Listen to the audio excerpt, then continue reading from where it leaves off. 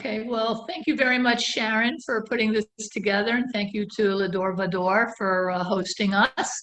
My name is Sherry Picker. I'm proud to work with Mindy Stown, who's going to be our presenter today. I'm a social worker with Paradise Home Healthcare, which is a private duty home care company, which nobody wants to know about until life happens. And then it's like, oh, I wish I knew somebody in home care. So now you do. So if you have any questions, I'm happy to answer them at any time. Mindy and I put together this program called Navigating the New Normal because now that we're 9 months into COVID, it is the new normal. And Mindy is a licensed clinical social worker. She graduated with her master's from Rutgers in Jersey. And then she moved down here with her family, I believe, and opened a private practice. She has practitioners in Broward and Palm Beach County. Besides being a really good therapist and all-around nice person, she accepts Medicare payments. So that's really what drew me to her, is because I could actually refer to somebody that takes Medicare, and you can help a lot more people if the services are paid for. So you have two social workers here if you have any social work questions. But otherwise, we'd like to get started. Mindy's put together through some of her experience in her practice, what she's seen, 9 months into this pandemic, and some very helpful tips on how to cope with it, how to be mindful, and how to be resilient so that when this passes and we can resume life, however it's going to be, we'll be more prepared for it. And if things go slower than we all hope for, we'll hopefully be prepared for that too. So without further ado, I give you Mindy Stown. Thank you, Sherry. Thank you, Sharon, for having me and for putting this together as well. Into L'Dor Va-Dor. I am going to share my screen. Can everyone see it? Can. Yeah. Okay, good. So I work with seniors primarily in my practice, and I have a few clinicians. We drive out to the clients, and we noticed a few things. We noticed increased isolation, increased feelings of loneliness, and depression because people are home and far from their families. And I sort of created this program with Sherry because we wanted to talk about it and increase awareness of things we could do to improve coping. The first thing I think everyone should do is wear a mask. Whether it's, it's very political right now, but I think if we're unsure about whether or not to wear it, I would rather go with wearing it than not wearing it. Better safe than sorry.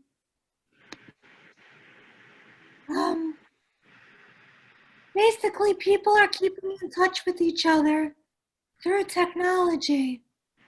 Many people are getting physical and occupational therapy through Zoom and FaceTime. Caretakers are exhausted. They haven't had breaks in months. And they're experiencing more fatigue because caregiving with families has become the new normal, unfortunately. So things have changed. We're learning to adjust to new roles and new responsibilities. So families need to get on the same page. Caregivers need to reach out to their support systems. They need to communicate more with their adult children. They need to realize it's okay to be angry, frustrated, and expect the unexpected. The best thing that caregivers can do right now is engage in self-care. Make themselves a priority.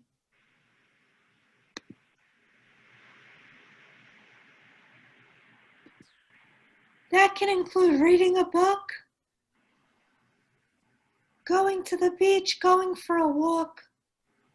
And I want to talk about the importance of human touch, reaching out and giving yourself a hug. So I want everyone to try this. Especially if you live alone. Yes. Sherry, you can explain the importance of human touch and hugging. Yeah. I think all of us know from personal experience, but if not, then we know from research that the human touch is needed. We're social beings. On some level, we crave it, whether it's from our soul or from our mind. But if you're living alone right now and being a little isolated, not seeing family, it's important to have that touch, even if you have to generate it yourself. So we can all give ourselves a hug. We can all rub the back of our shoulders and really feel that. So even though we're manufacturing it, our brain is going to interpret it as if somebody else was hugging us anyway. So you're going to get the benefits of it because you're tricking your brain a little bit. Exactly. So a lot of my clients haven't seen their family in months or their friends, and they're just so upset. So the importance of self-care right now, it's so important. That includes making your favorite meals, eating well, going for a walk, doing an online yoga class. Get your mind and body connected in some way. Drink a cup of coffee or tea. Embrace it. Feel the hotness or the coldness of the coffee. Pick it up, smell it, and really take it in and enjoy it, one sip at a time. Support, support, support. So support is really important, and we're innately social creatures. So how does everybody stay connected during this time? I have a lot of ideas, but before I get into them, Well, Wendy's drinking, so I think a lot of people are doing that. No, it's tea. It's tea, okay. I don't drink even in normal times, alcohol anyway. Okay. I would say mostly phone calls because I'm keeping myself so, I had been playing cards with masks and gloves outside on my porch with everybody having their own personal fan for a month or two, but it got so hot that people said no. And I said, I can't do it inside. I'm letting one friend come right inside the slider, and we play on a card table right near the door, and we're always wearing masks and gloves. And we eat dinner outside on my patio. I have a long table. It's like 4 by 5. So between us sitting back and stuff, we're pretty much, 6 feet apart. And she sees very few limited people who are immunosuppressed, so they avoid everybody. So, but I go and I visit my mother every other day, who lives with my sister, but I haven't been allowed in my sister's house since March. So I have to sit outside the window in 105-degree heat index to visit her, every other day. But, seeing her cheers me up, it cheers her up. And I'm kind of used to that I'm not getting the hugs. But I have to admit, I had enjoyed living alone the last few years because I hadn't lived alone in a million years between my kids, et cetera, et cetera. And it just doesn't feel good the way it used to, because all these other people who have a husband in the house, whether they're playing cards or doing crossword puzzles or whatever they're doing, but there is somebody. And I think that would be nice now because, you know, we don't have the regular communication. Right. So Was everybody using technology before COVID, or did COVID push you into technology? I don't think I'd used Zoom more than once or twice for, Right. actually, I'm not even sure I was using it before then. Well, yeah. a few people were using it before then. It's definitely a COVID company. But how about anybody else? Did COVID push you more into technology? Yeah, yes, with me it did. So you I've made an always, adaptation. I've had a computer for years, but I didn't know anything about Zoom.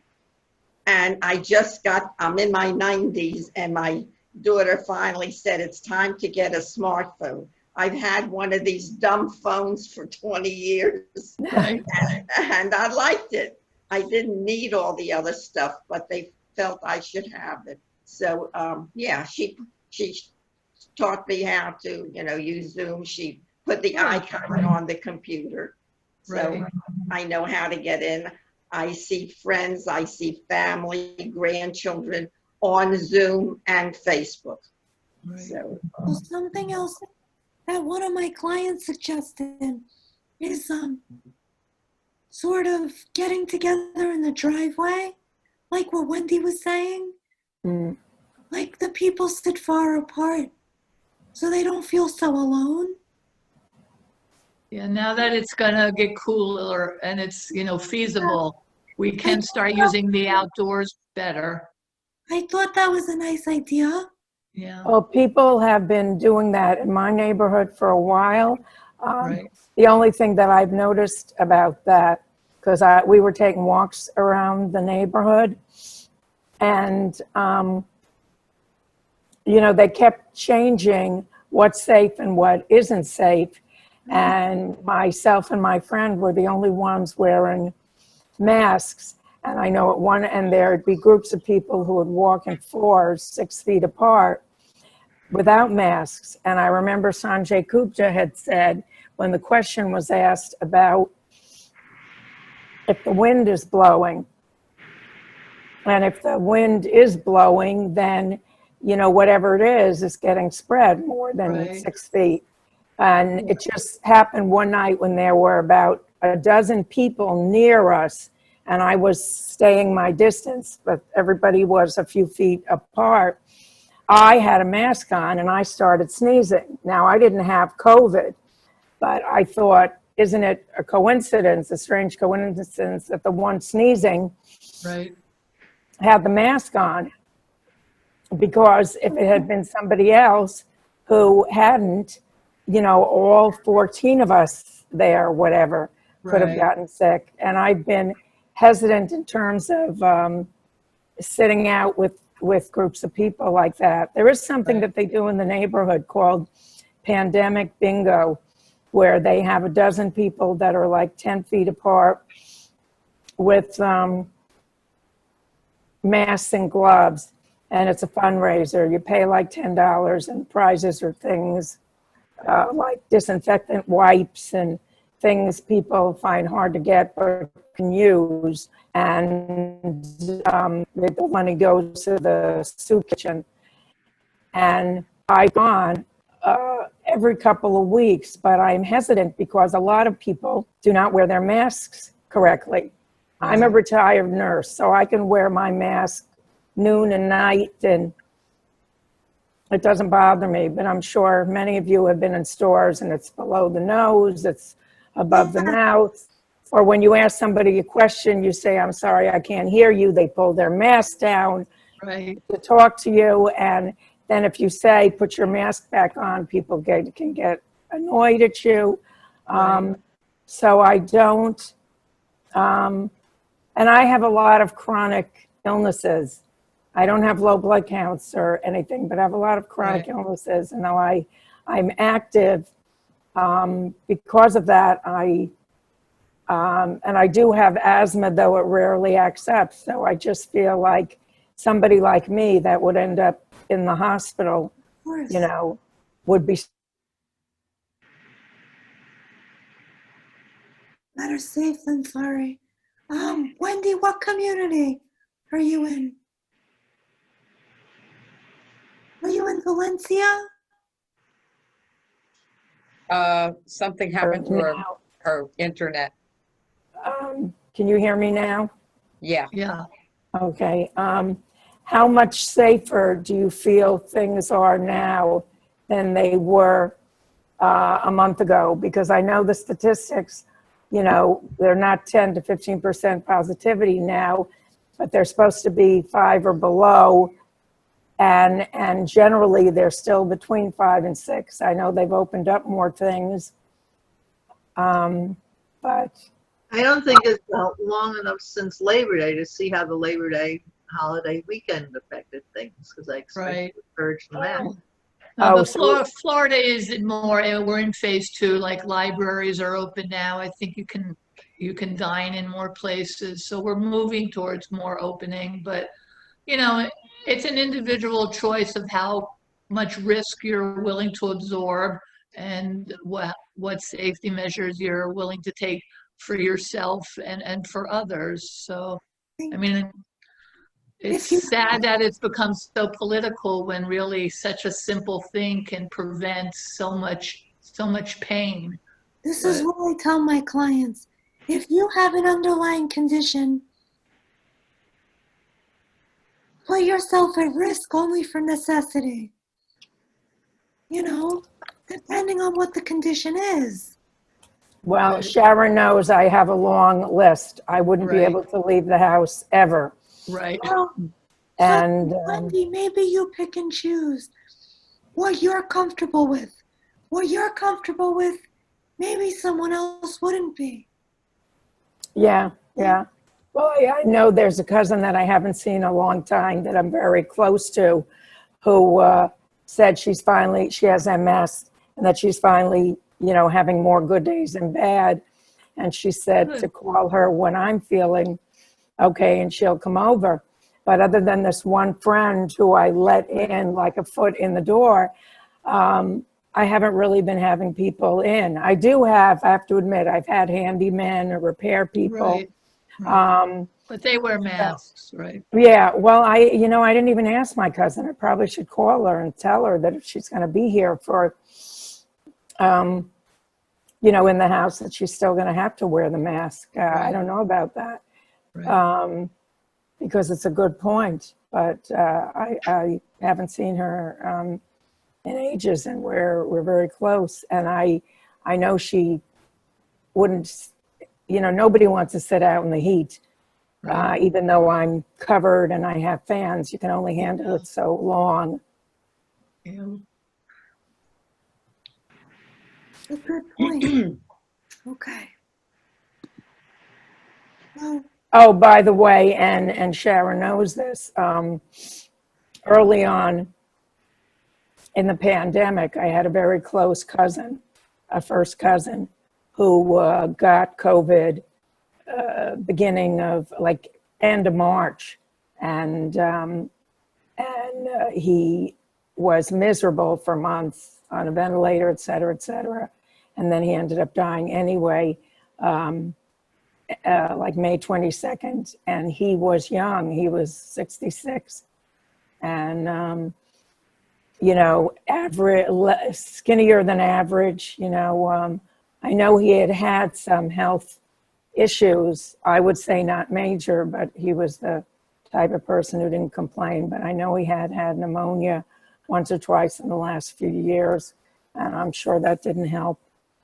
But after that, of course, you know, we felt like it could happen to anybody. Right. it could happen to anybody. And I know that a number of people in our community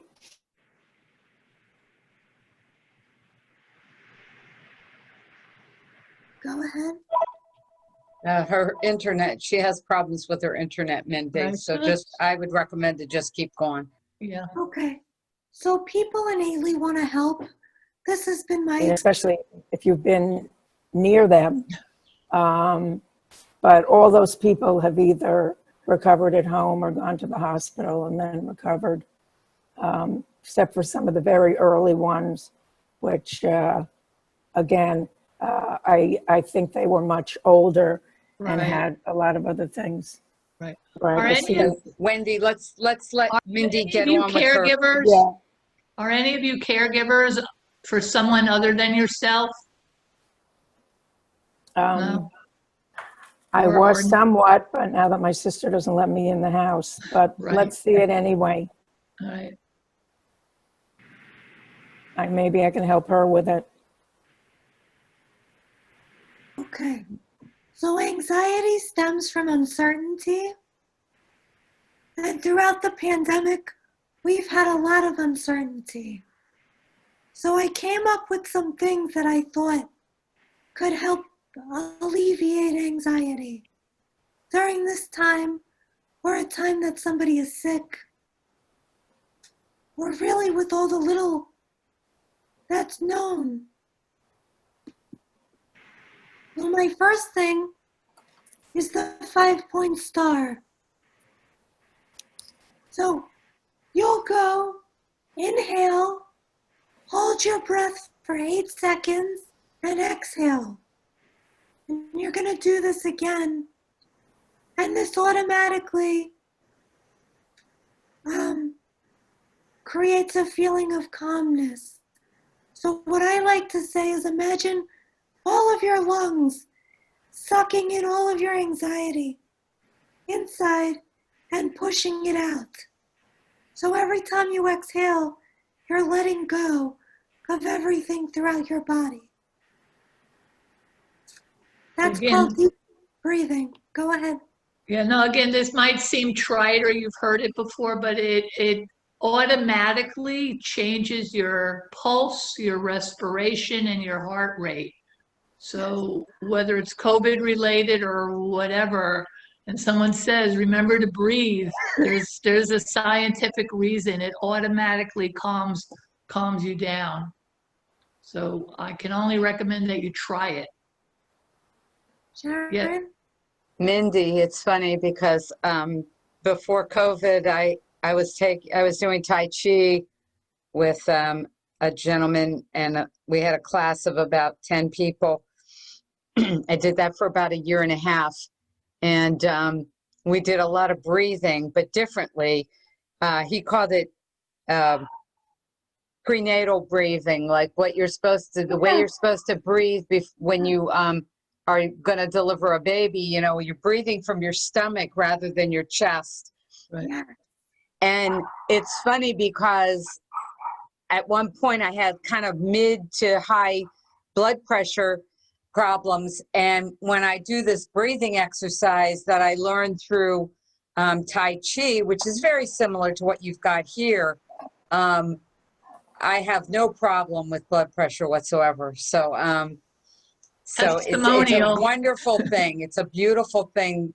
Just breathing, closing your eyes, just picturing the beach or a forest or a mountain scene or whatever piques your fancy. And I think it's wonderful. Thank you, Mindy, for acknowledging that. Yes, of course. Mindy, I have to ask you because it Yes. says breathe in for like 8 seconds, you said. Didn't it say that somewhere? Yes. Yeah. Go ahead. I find after like 4 seconds, I can't breathe in anymore. Then do 4 Yes, ma'am. seconds. You do what you can. This is not brain science, but here's a grounding technique that I love. Take off your shoes and socks and put your feet on the sand or on the rocks or on the grass and feel the ground beneath your feet. Focus on the smells, that sensation, and take it in because this really puts your body into a state of relaxation.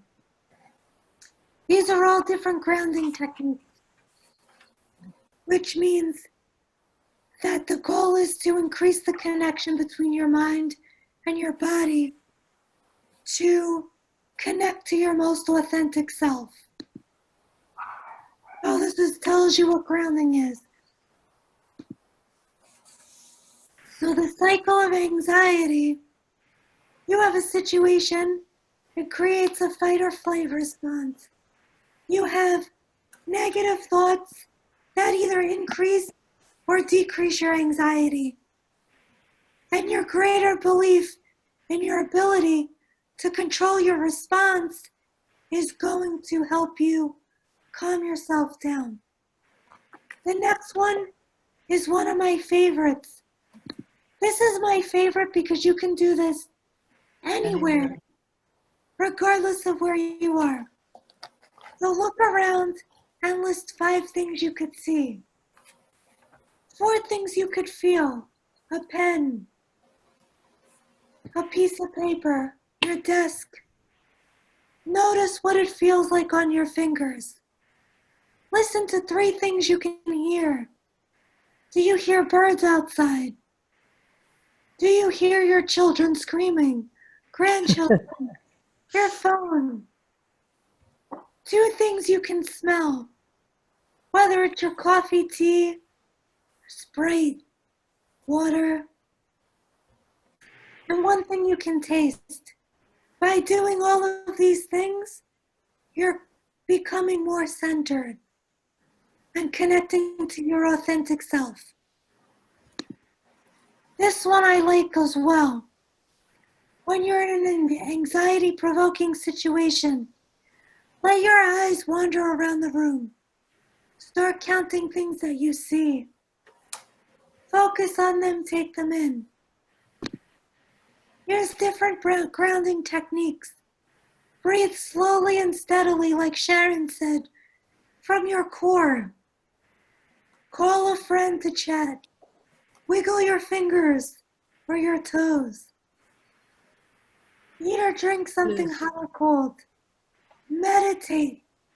Use music. Music has been proven to reprogram your brain into a more relaxed state, depending on your playlist. Pick a book and read it. Write what's going on. Sometimes, Sigmund Freud said free writing about anything and everything in your thoughts creates free association, and it alleviates stress and tension. Take a shower or bath. Notice different sensations. Imagine yourself in a familiar or comfortable place. Some days I imagine myself, at the beach with a book, especially when it's gloomy out and rainy. Count the numbers of trees, stop signs. Go for a walk, get outside in nature. Inhale the smells of everything around you. Sometimes holding on to something comforting will bring you comfort. So some of these techniques need to be practiced a few times. It's not I do it once, oh, it worked, I'm so happy, or oh, it didn't, I'm never doing it again. It takes practice to make better. And if you see all these techniques, they're to refocus your mind. And that's because your mind, no matter how fantastic it is, it can really only hold one thought at a time. Even if you're multitasking, your brain can really only hold one thought at a time. So if you're grounding with something else and you're imagining your grandchildren or a peaceful place or a good memory, that's blocking out some of the anxiety-provoking situations. So, the more you practice it and the better you get at it, the more mind control you have. And the more mind control you have, you're going to find more resilience in dealing with things instead of succumbing to the anxiety or succumbing to the stress and depression. Correct. Now I want everyone to remember this. Everyone is experiencing COVID together. A lot of people are going through similar things. You don't have to go through this alone. You can call a mental health professional. You can call a friend. Sometimes you can just breathe and be present. But this is going to pass and we're going to get through this time. And I want to say that this time, we may never have this time ever again. So we might as well fill it with things that we enjoy. So I want to know what everybody is doing to keep their spirits up and alleviate any anxiety you may have.